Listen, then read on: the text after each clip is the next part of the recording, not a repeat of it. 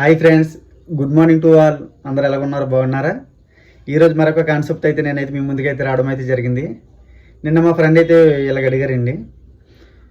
ఎవరైతే ఒక ఉమెన్ భర్త మీద కేసు పెడితే 498 సెక్షన్ కింద భర్త తరపు బంధువుల మీద కేసు పెడితే, ఈ కేసు పెట్టిన తర్వాత 498 పెట్టిన తర్వాత భర్త కనుక చనిపోతే కేసు ముందుకు వెళ్తుందా లేదా అక్కడతో ఆగిపోతుందని అడిగాడండి. సో ఆయనకి అయితే వెరీ క్లియర్గా చెప్పేశాను. ఎవరైతే భర్త చనిపోయారో సో అతని పేరు మాత్రమే ఆ కేసు నుంచి రిమూవ్ చేయబడుతుంది. సో మిగిలిన వ్యక్తులు ఉన్నారో వాళ్ళ మీద అయితే కేసు అనేది యాస్టీజ్గా జరుగుతూ ఉంటుంది. ఈ ఇన్వెస్టిగేషన్ ప్రొసీడింగ్లో పోలీస్ ఇన్వెస్టిగేషన్ ప్రొసీడింగ్ జరుగుతుంది.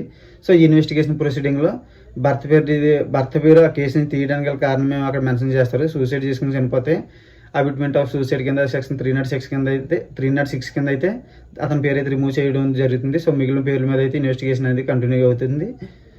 ఇదే విషయం వాళ్ళకైతే చెప్పాను. సో ఈ ఇన్వెస్టిగేషన్ అంతా అయిన తర్వాత ట్రయల్ జరిగిన సమయంలో అయితే ఇక్కడ ఎవరైతే భార్య అయితే ఉందో అతని భార్య ఆవిడైతే ఖచ్చితంగా ప్రూవ్ చేయాలండి ఆ హెరాస్మెంట్ జరిగిందని. సో ఆ ప్రూవ్ చేసిన సందర్భాల్లో అయితే వాళ్ళకైతే 3 సంవత్సరాల వరకు అయితే శిక్ష పడే అవకాశం అయితే ఉంటుంది.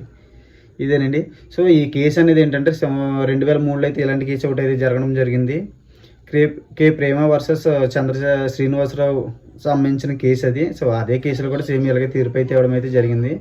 అదేవిధంగా 2014 తర్వాత Amarish Kumar versus state of Bihar 2014లో జరిగిందండి.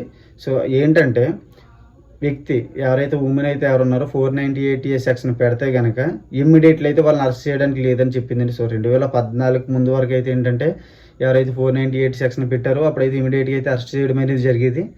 ఎప్పుడైతే ఈ Amrish Kumar versus state of Bihar కేసులో అయితే జరిగింది, మీరు ఖచ్చితంగా అరెస్ట్ చేయాలంటే ఫస్ట్ పార్ట్ 1 సిఆర్పిసి ప్రకారం ఫాలో అవ్వాల్సిందే. ఏంటంటే వాళ్ళకి ముందుగా నోటీసులు ఇవ్వాలి, ఇన్వెస్టిగేషన్ అనేది సక్రమంగా జరగాలి. ఇన్వెస్టిగేషన్ అంతా జరిగిన తర్వాతే మీ ఛార్జ్ షీట్ ఫైల్ చేసిన తర్వాత వాళ్ళైతే మేజిస్ట్రేట్ ముందు హాజరుపరచాలి. ఇది ప్రొసీజర్ ఉంటుందండి. ఈ ప్రొసీజర్ అంతా ఫిల్ చేస్తేనే వాళ్ళు అరెస్ట్ చేయడానికి ఉంటుంది. అదైతే మీరు గమనించుకోండి.